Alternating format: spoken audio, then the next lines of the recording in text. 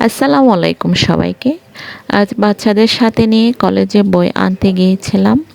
বইয়ের কাজের ফাঁকে ফাঁকে ওরা কলেজ প্রাঙ্গণে এদিক সেদিক দৌড়াদৌড়ি করে কিছুক্ষণ খেলাধুলা করলো। পড়াশোনার পরিবেশে ওদের ছোট ছোট হাসি আর দৌড়ঝাঁপ মুহূর্তটা আরও সুন্দর করে তুলেছিল।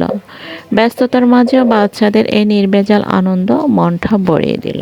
আল্লাহ আল্লাহ, হ্যাঁ কোথায়?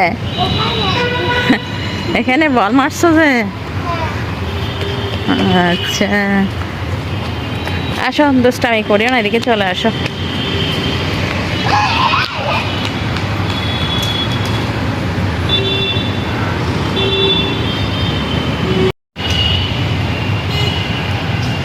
আসো না, চলে যায় হাতে। হ্যাঁ, কি নিচ্ছ যে?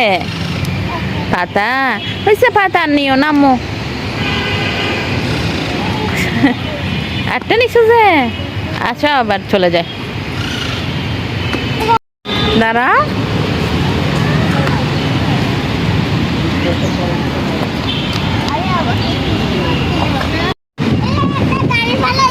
এটা বাঙ্গা ময়লা। হ্যাঁ, এগুলো মানুষের, এগুলো আমাদের নয়। আচ্ছা, হ্যাঁ, আচ্ছা আচ্ছা। কলেজ থেকে বের হয়ে রাস্তার পাশ দিয়ে হাঁটছিলাম, আর বাচ্চারা চারপাশের দৃশ্য দেখে মুগ্ধ হয়ে হাত দিয়ে দরে দরে খেলছিল, কখনো দৌড়াদৌড়ি করে খেলছিল। পথ চলার মাঝে ওদের কৌতূহল আর নির্ভেজাল আনন্দ ছোট ছোট মুহূর্তগুলোকে সুন্দর স্মৃতিতে ভরে দিল।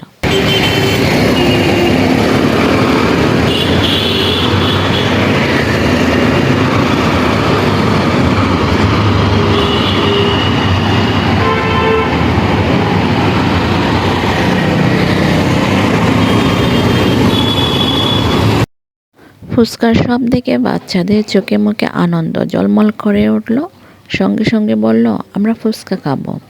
আর ওদের সেই ছোট্ট আবদার ফেলতে পারলাম না, তাই হাসি মুখে ফুচকার অর্ডার দিলাম।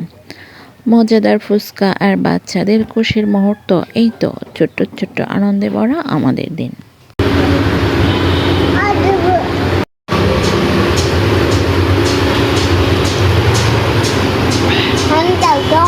আচ্ছা, দেবা।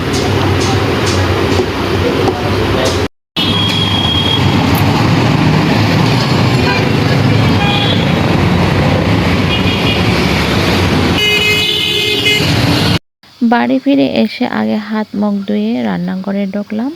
সময় নিয়ে মাছ রান্না করলাম।